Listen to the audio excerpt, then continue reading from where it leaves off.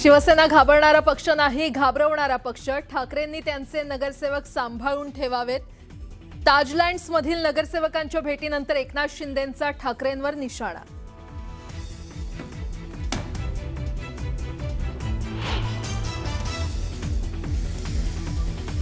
भाजप प्रदेशाध्यक्ष रवींद्र चव्हाण आणि एकनाथ शिंदेंमध्ये पार पडली गुप्त बैठक. केडीएमसी उल्हासनगर पालिकेच्या महापौर पदावर चर्चा झाल्याची सूत्रांची माहिती.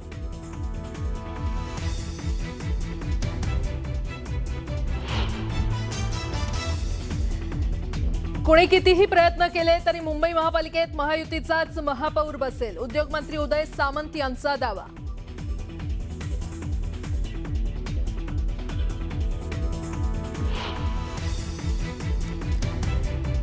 संजय राऊत कुठेही जाऊ शकतात, फक्त जेव्हा त्यांची टर्म संपणार त्यानंतर ते राज्यसभेवर जाऊ शकत नाहीत. चंद्रकांत पाटलांची संजय राऊतांवर खोचक टीका.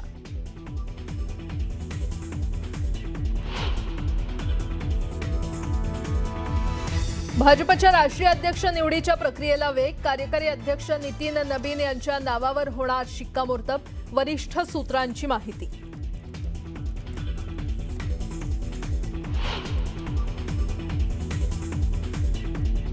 पाच वर्षात मुंबई विकसित राष्ट्रांच्या राजधानीपेक्षा प्रगत झालेली दिसेल.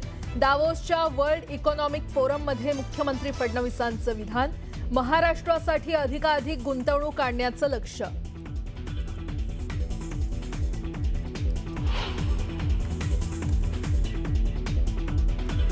सोलापुरात मानहानीकारक पराभव. हा पराभव अंतिम नसल्याचं म्हणत प्रणिती शिंदेंचं कार्यकर्त्यांसाठी भावुक पत्र.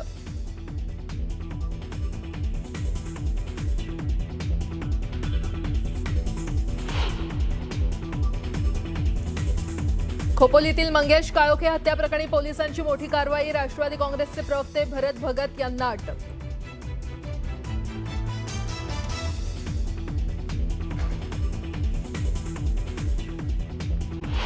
आता तर भाजपनं गुन्हेगारांच्या कुटुंबियांचं केलेलं शुद्धीकरण पहा.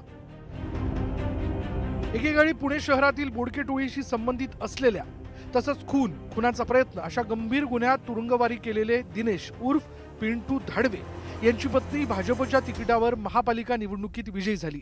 पिंटू धावडेंची पत्नी रुपाली दिनेश धाडवे प्रभाग 39 मधून विजयी झाल्या. मुख्यमंत्री देवेंद्र फडणवीस 5 दिवसांच्या दावोसच्या दौऱ्यावर आहेत. यावेळी त्यांचं मराठमोळ्या पद्धतीनं स्वागत करण्यात आलंय. महाराष्ट्रासाठी जास्तीत जास्त गुंतवणूक आणणार असल्याचं यावेळी त्यांनी सांगितलंय.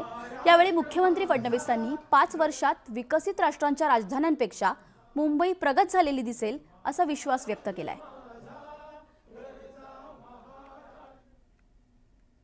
ज्या प्रकारची प्रगती आपला महाराष्ट्र करतोय, आज $1 ट्रिलियन इकॉनॉमीकडे आम्ही चाललो आहोत. आत्ता तरी कोणाशी स्पर्धा नाही आहे, कारण महाराष्ट्र या स्पर्धेमध्ये इतका पुढे आहे की आपल्या नंतर जो या स्पर्धेमध्ये दुसरं राज्य आहे ते राज्य आपल्यापेक्षा अर्ध्यावर आहे. त्यामुळे मला विश्वास आहे की पहिली सब नॅशनल $1 ट्रिलियन इकॉनॉमी भारतातली आपला महाराष्ट्रच असेल आणि पुढच्या 3 ते 4 वर्षामध्ये हे करून दाखवण्याचा प्रयत्न आम्हाला सगळ्यांना करायचा आहे. आजपासनं दरवर्षी तुम्ही जेव्हा मुंबईला याल, प्रत्येक वर्षी तुम्हाला एक बदललेली मुंबई दिसेल आणि 2030 साली जगातल्या कुठल्याही विकसित राष्ट्राची जी राजधानी आहे त्यापेक्षा उत्तम अशा प्रकारची मुंबई ही पुढच्या 5 वर्षामध्येच आपल्याला तयार झालेली दिसेल. तर दुसरीकडे वसई विरारमध्ये भाजपकडून ऑपरेशन लोटस सुरू केल्याची चर्चा आहे. एक सोशल मीडिया पोस्ट व्हायरल झाल्यानं या संदर्भात चर्चांना उधाण आलंय. वसई विरार महानगरपालिकेत भाजपचे 43 तर बहुजन विकास आघाडीचे 71 उमेदवार निवडून आलेत. सध्या बवियाकडे पूर्ण बहुमत दिसत असलं तरी ऑपरेशन लोटसची चर्चा सुरू झाली आहे. कारण भाजपला महापालिकेत सत्ता स्थापन करण्यासाठी आणखी फक्त 15 नगरसेवकांची आवश्यकता आहे. लोकांनी धडा शिकवलाय तुम्हाला ऑलरेडी. आता हे नायते धंदे करत बसले तर शेण घालतील लोक तुमच्या तोंडात, एवढंच सांगतो. यावेळी 1.5 वर्षात बघितलं काय दिवे लावल्यात. 35 वर्षाचे आरोप करणारे सगळी कामं, पाणी 6 MLD तर 420 MLD म्हणजे किती झालं? 42 कोटी 60 लाखाचं आम्ही जी पास करून ठेवल्या जून 8ला 24 मध्ये, त्या कामाची साधी टेंडर नाही काढता आली MMRDA.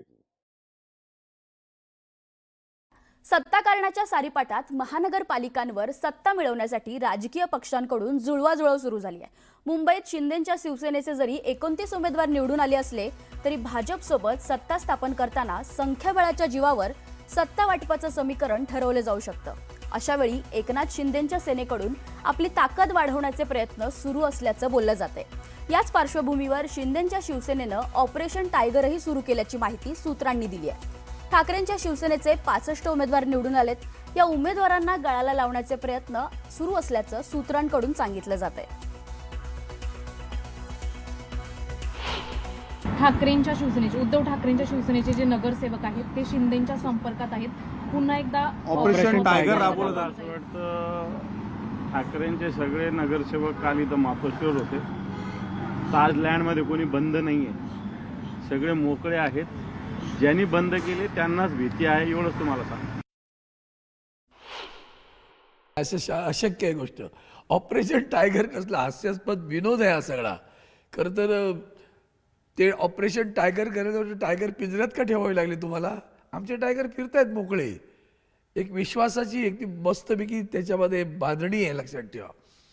आणि जाणीव आहे त्याच्यामध्ये सगळ्यांना. न विकली गेलेली ही जी माणसं आहेत आमची, ती काल निवडून आल्यानंतर आदरणीय उद्धवजींचं मार्गदर्शन घेतलं, आशीर्वाद घेतले आणि त्यांना मोकळीक दिली. चक्क विश्वास आहे. अविश्वास असतो ती माणसं हे सगळी धडपड करत असतात. मुळात त्यांची सगळी उभारणी जी आहे की जी उभं राहिली त्याच्यातनं, ती गद्दारीतनंच आहे ना, पाठी सुराखुपसूनच आहे ना, खोटं बोलणं आहे ना. आता या सगळ्या दरम्यान मुंबई महानगरपालिकेचं महापौर महायुतीचाच होईल हे वरच्या देवानं ठरवलंय असा टोला मुख्यमंत्र्यांनी उद्धव ठाकरेंना लगावलाय. तर देवानं जरी महापौर ठरवलाच आहे, मग नगरसेवकांना का कोंडून ठेवलंय असा सवाल राऊतांनी केलाय. देवाचे म्हणजे माझ्या मला देवा म्हणतात म्हणून की वरच्या देवाच्या, वरच्या देवानेच ठरवलं आहे की महायुतीचा महापौर करायचा आहे, तुम्ही आमचा सोड. महायुतीचा महापौर बसला असता तर 29 नगरसेवक कोंडून नसते ठेवले ना त्यांच्या सहकारी गटानं. जर एवढं सोपं असतं तर 29 नगरसेवक त्यांच्याच राज्यात कोंडून नसते ठेवले. याच्यावरती आमच्या देवाभाऊंचं काय म्हणणं आहे? त्यांची सुटका करा. त्यांचे नातेवाईक काही नगरसेवकांचं कदाचित अपहरण झालं म्हणून तक्रार देऊ शकतात. बिगेस्ट लुझर मनसे असेल हे माझं भाकीत खरं ठरलंय अशी टीका मुख्यमंत्री फडणवीसांनी केली आहे. यावर राऊतांनी काय प्रत्युत्तर दिलंय पाहूयात. मी हे आधीच सांगितलं होतं, कारण मला राजकीय दृष्ट्या दिसत होतं की या युतीमध्ये सगळ्यात मोठं त्या ठिकाणी ज्याला म्हणतो आपण बिगेस्ट लुझर ज्याला म्हणेन म्हणजे इलेक्शनचं, हे मनसे राहील.